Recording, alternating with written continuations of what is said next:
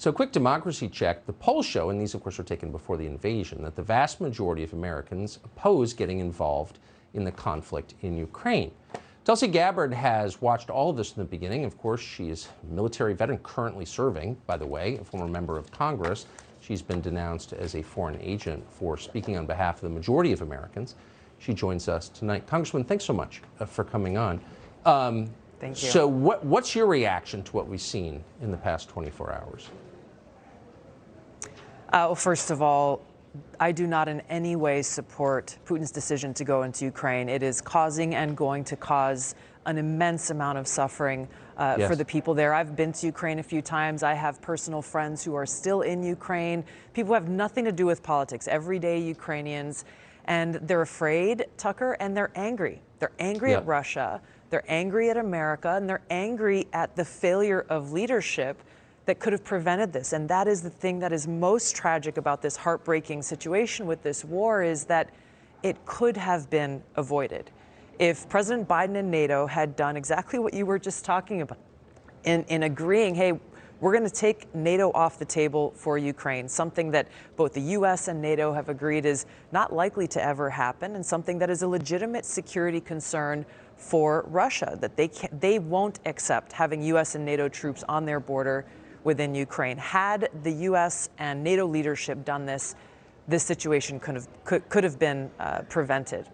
I think that the problem here in America is that people who bring this up, people who ask these questions, people who challenge the decisions that the Biden administration has been making in this are smeared and caricaturized as traitors, rather than actually pointing at the truth, which is this administration is not acting in the best interest of the American people. They are turning their backs on the American people.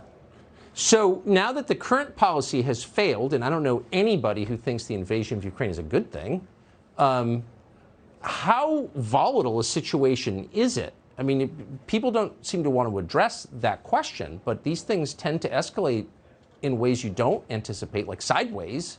Are you worried about that?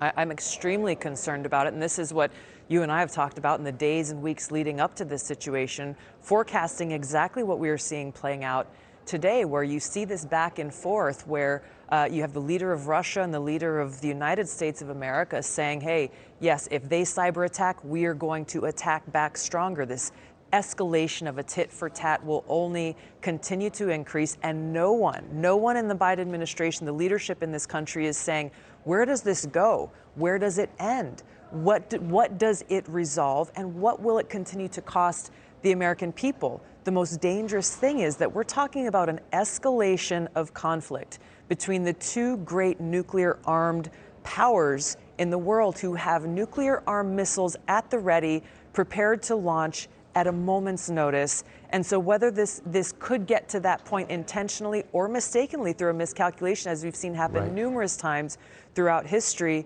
this is the seriousness of the threat that we are facing. I think that's nicely put. Tulsi Gabbard, great to see you tonight. Hey, Sean Hannity here. Hey, click here to subscribe to Fox News YouTube page and catch our hottest interviews and most compelling analysis. You will not get it anywhere else.